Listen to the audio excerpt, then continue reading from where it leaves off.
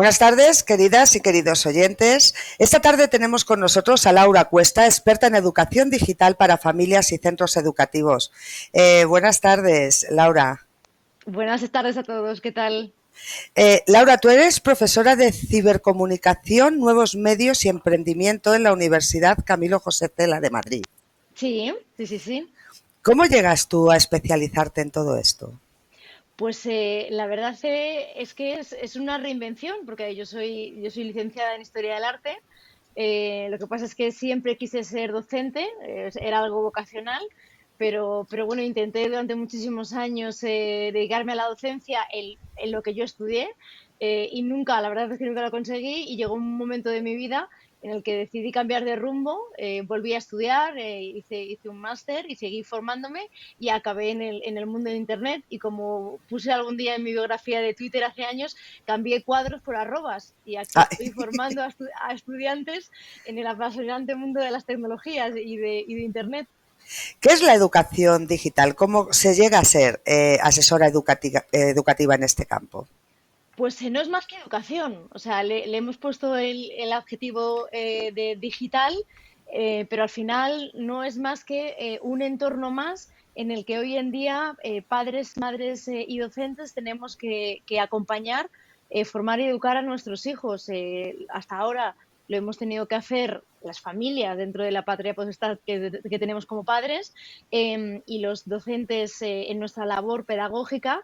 Y ahora, indiscutiblemente, en la sociedad digital en la que nos encontramos, ahora tenemos el deber también de formar y educar a estos nuevos niños y adolescentes que están creciendo rodeados de tecnología, que, ojo, no es que sean nativos digitales, en este nuevo entorno digital. Entonces, ahora su vida se despliega, ¿no? Y conviven, parte de su vida la hacen en el entorno físico y parte en el entorno digital, y les tenemos que ayudar a hacerlo de una manera sana, saludable y responsable.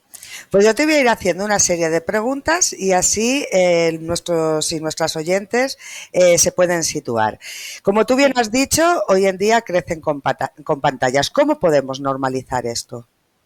Pues sin duda yo creo que a priori sin miedos, ¿no? Sin un poco este alarmismo a veces social que yo creo que lo estamos viviendo últimamente en cada día, ¿no? Por los medios de comunicación, las noticias que vemos constantemente. Usar o mal usar las tecnologías, cualquier tipo de aplicación o herramienta, por supuesto tiene sus riesgos, y no podemos ni mucho menos reducirlos, o minimizarlos o banalizarlos. Pero, por supuesto, por ello tenemos que ayudar a los menores que no tienen, por supuesto, por la edad, ni la madurez, ni la responsabilidad, ni el autocontrol para muchas veces usar este tipo de tecnologías. Tenemos que formarles y tenemos que ayudarles a que adquieran estas competencias que necesitan para poder usar estas herramientas. Entonces nosotros, primero como padres, porque la formación al final y la educación tiene que empezar en el núcleo familiar, luego en los centros escolares van a ayudarnos a complementar esa educación, tenemos que empezar haciéndolo desde casa. Es decir, tenemos que ser referentes, nosotros los padres y madres, de nuestros hijos con tecnología y sin tecnología. Y esto tiene que hacerse desde edades tempranas, es decir, antes de darles los dispositivos. ¿Cómo establecemos unas normas para que ellos puedan entender cómo gestionarlo?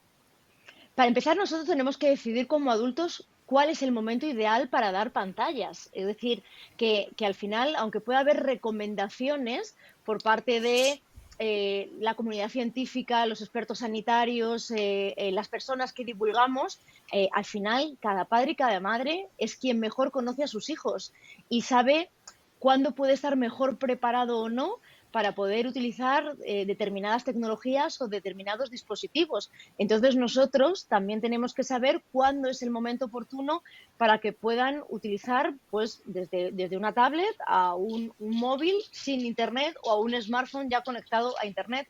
Entonces nosotros pues veremos, uno, por una parte, las características o las necesidades, en este caso de los menores, y también de la propia familia. Es decir, que nosotros necesitamos que ya tengan tecnología, preferimos retrasar ese uso de la tecnología porque, según nuestra filosofía y valores familiares, creemos que no es necesaria todavía en casa. Eso por una parte.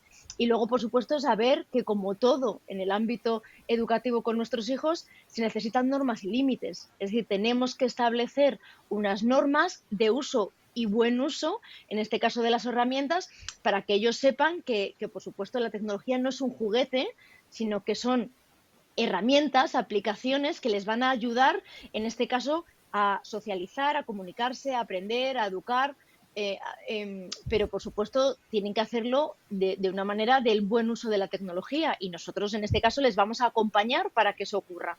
Has dicho que nosotros debemos de ser un referente para ellos. Sí. ¿Cómo podemos serlo? ¿A qué te refieres? ¿A que tenemos que dar ejemplo?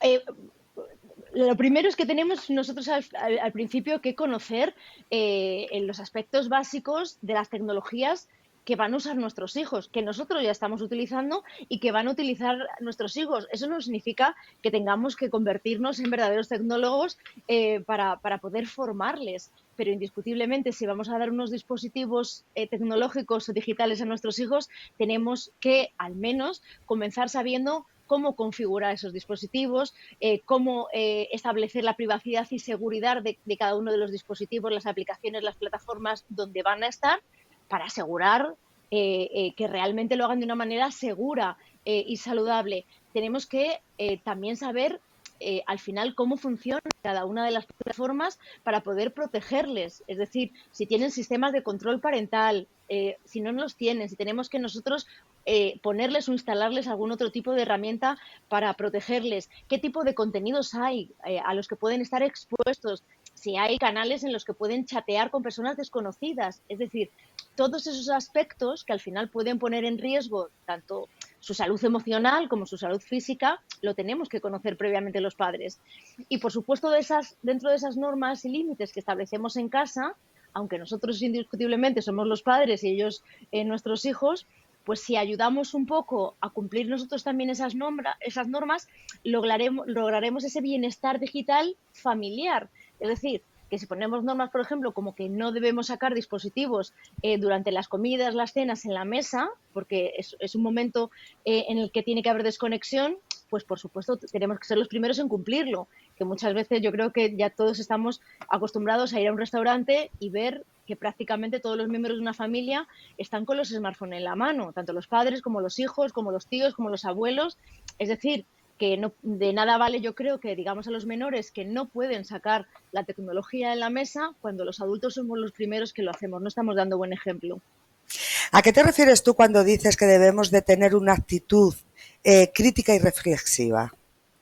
Pues porque yo creo que nos estamos enfrentando a un aumento exponencial, ¿no? de la llegada de nuevas tecnologías y cada vez más disruptivas, que tenemos que aprender a convivir con ellas. Estamos viendo cómo se está acelerando, ¿no?, el uso de las IAs generativas por parte también de los menores y adolescentes, y cada vez nos va a ser más difícil, y a ellos todavía más, el diferenciar, por ejemplo, lo que es contenido veraz de lo que es contenido manipulado, por ejemplo, o creado por este tipo de tecnologías. Por tanto, necesitamos formarles en esta actitud o pensamiento crítico para que ellos no se crean, ¿no?, cualquier cosa que se vayan a encontrar por Internet y las redes sociales, ya sea porque lo están viendo por cualquier canal que les llega, y tengan esa actitud siempre crítica de pensar, reflexionar y un poco, sobre todo en la medida de que no ayuden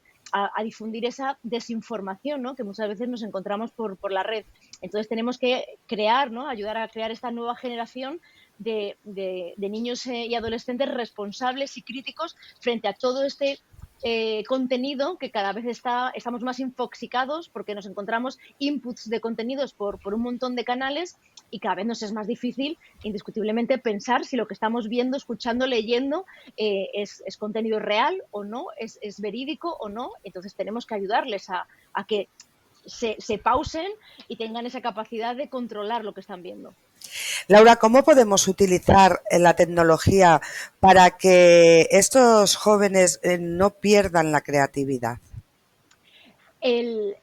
Por una parte, tenemos que saber que obviamente tenemos que buscar ese equilibrio entre lo que son las horas de pantalla y las horas sin pantallas. Esto es fundamental para encontrar este bienestar digital. Eso es obvio. Tenemos que fomentar lo que llamamos el ocio saludable, es decir, que las pantallas al final no vayan consumiendo horas de todas esas actividades sin pantallas que tienen que seguir realizando, es decir, que tienen que seguir realizando deporte, tienen que seguir escuchando música, quedando con sus amigos y amigas para salir a la calle, teniendo ratos familiares.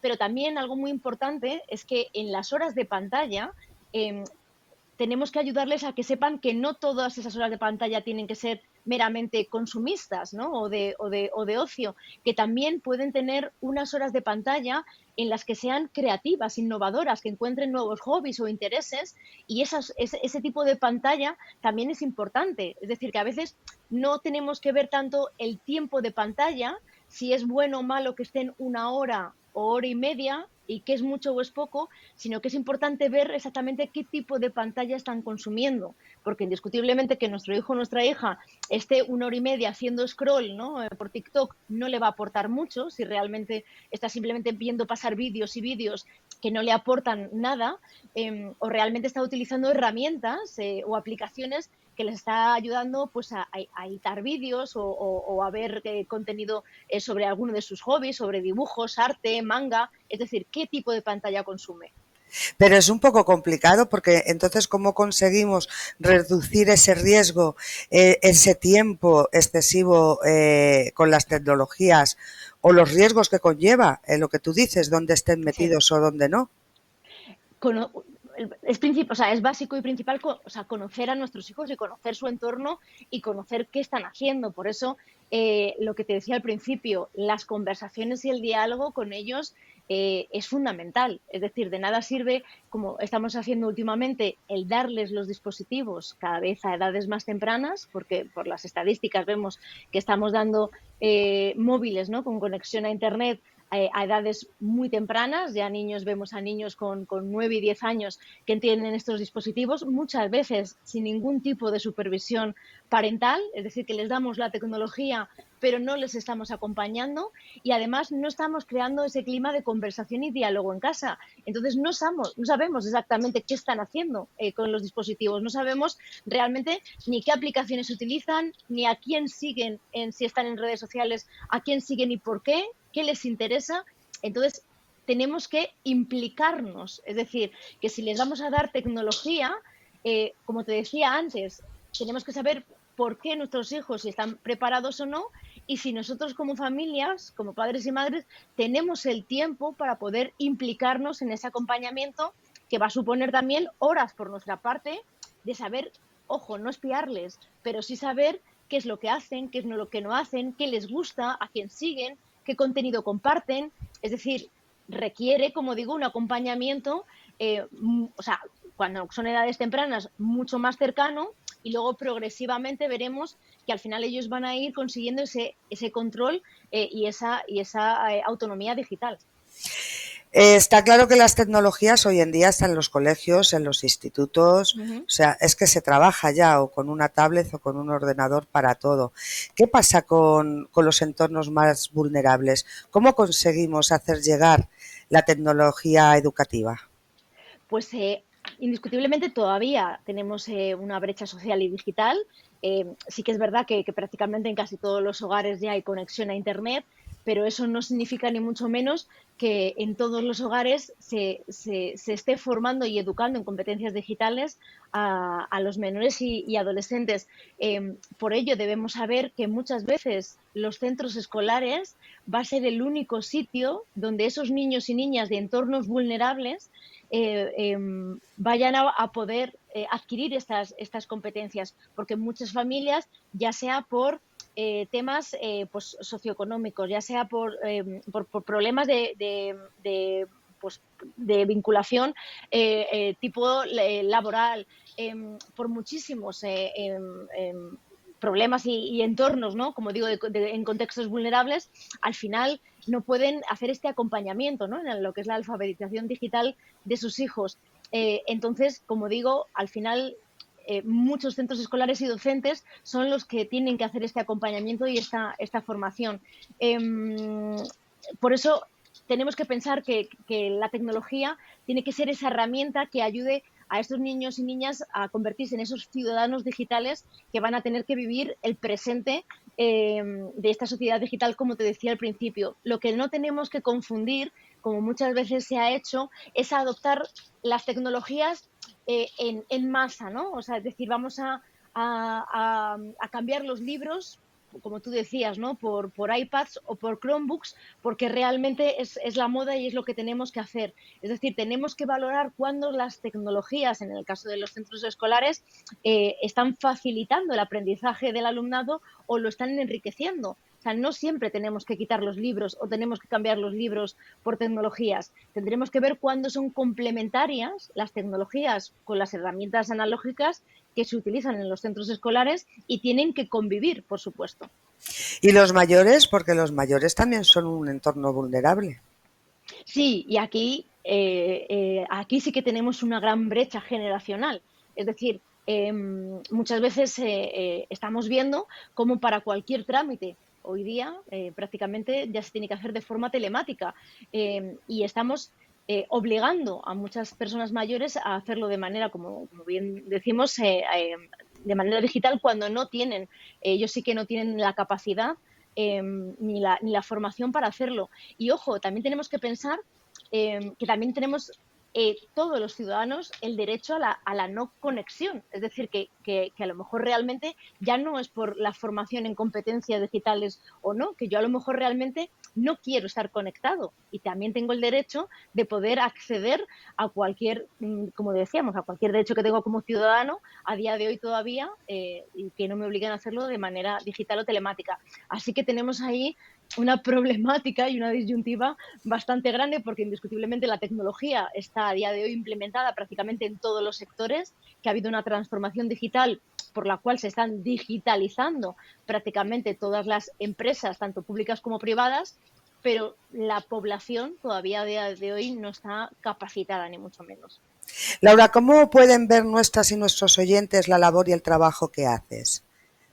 Pues intento en mi página web, que al final es un proyecto personal, porque sí que vi un poco la necesidad que tenían muchos padres y madres de tener esta orientación, a veces por esta necesidad de no saber cómo, por lo que tú decías, ¿no? De cómo poner normas y límites en casa cuando ya tienen a sus hijos con tecnologías, a veces porque no saben cuál es el momento ideal de dar tecnologías o pantallas a sus hijos y a veces también por no encontrar los recursos, porque, a ver, hay muchos recursos por parte de instituciones, entidades, fundaciones, recursos gratuitos para las familias, para ayudarles, ¿no? En este proceso, pero justamente las personas a lo mejor que más lo necesitan no saben realmente cómo llegar a todos estos recursos. Entonces, como digo, monté este proyecto personal de educación digital para familias para poder ayudar a divulgar, para poder facilitar tanto libros en papel como recursos digitales de muchas entidades que siempre están facilitando, ¿no? Y publicando guías y recursos para ayudarnos a configurar un control parental, para saber cómo funcionan pues desde los controles en los videojuegos que utilizan nuestros hijos, a cómo se actualizan las políticas de privacidad o configuración de las redes sociales en las que están. Entonces, todo esto intento ir actualizándolo, como digo en mi página, para que los padres puedan estar informados y puedan un poco guiarse, ¿no? con todo esta vorágine de mundo que es el entorno digital. No sé si hemos dicho el nombre de la página web, Laura. Educación digital para familias. Ajá. ¿Tú crees que algún día veremos que sabemos gestionar la tecnología? O sea, es realmente un reto. O sea, tenemos un gran reto por delante porque la tecnología va mucho más rápido que nosotros y esto lo estamos viendo no ahora, prácticamente desde que surge Internet y el mundo de la informática hace de Bueno, 60 años, yo creo desde estamos que viendo. surge el teléfono móvil. Bueno, y antes, por eso desde que empiezan a conectar, ¿no? Los primeros ordenadores. Como digo, tenemos muchos retos siempre por delante, y para las familias yo entiendo que es realmente complicado, porque además cada vez tenemos menos tiempo, la conciliación nos hace muy difícil muchas veces tener que dedicar el poco tiempo que a veces nos queda para, para aprender a formar y acompañar a nuestros hijos ahora en todo este mundo, ¿no? También que tenemos que acompañarles, pero también nos da muchas oportunidades, es decir, que solo pensemos qué fue del 2020, pensemos qué hubiera sido, ¿no? El confinamiento sin la tecnología y si no hubiéramos podido teletrabajar, telestudiar, el poder comunicarnos con nuestros seres queridos. Es decir, que al final tenemos que pensar todas las oportunidades ahora mismo que estamos hablando tú y yo, gracias a la tecnología. No podemos pensar que tecnología solamente son las redes sociales o son los videojuegos. Les va a dar y les va a ofrecer muchísimas oportunidades a estas nuevas generaciones. Van a surgir un montón de profesiones que ni siquiera a día de hoy nos imaginamos y tenemos que formarles y prepararles para todas esas profesiones que, como digo, ni siquiera a día de hoy sabemos cuáles son.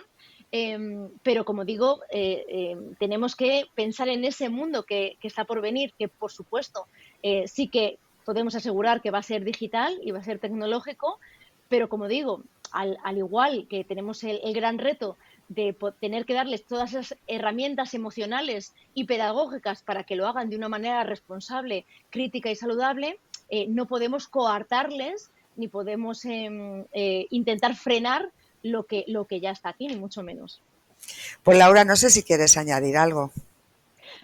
Al final, pues que los padres, que indiscutiblemente tenemos todos la empatía por esos padres y madres que muchas veces no saben qué hacer, porque los escuchamos a todos, los leemos muchas veces cuando hablas con cualquier familia, que muchas veces se sienten, como te decía, muy desorientados cuando se encuentran con sus hijos, ¿no? Con este uso abusivo muchas veces que hacen de las pantallas, de las redes sociales, de los videojuegos, pero que intenten pues educar con calma y con prudencia. Al final yo creo que los padres tenemos siempre ese sentido común que nos hace pensar que lo vamos a hacer bien. Es decir, que yo creo que al final las prohibiciones, ¿no? y la censura nunca funciona. Vamos a intentar conversar más con nuestros hijos, vamos a intentar hablar más con ellos, conocer cómo son, conocer su entorno, y yo creo que con esas pequeñas pinceladas nadie dice que es fácil, ni muchísimo menos. Nunca vamos a protegerles al 100% de todos los riesgos, pero ni en el entorno físico ni en el entorno digital. Esto tenemos que pensar como padres desde que tenemos a nuestros hijos que esta es la realidad. Nunca les vamos a poder sobreproteger y evitarles todos los riesgos, pero si les acompañamos de una manera cercana, si estamos ahí muy cerquita de ellos, sabemos que, bueno, les vamos a poder preparar, como digo, para esta vida que van a vivir, que al final van a tener que ser personas independientes en todos los entornos, y yo creo que esto es la mejor herramienta que les podemos dar como padres y madres.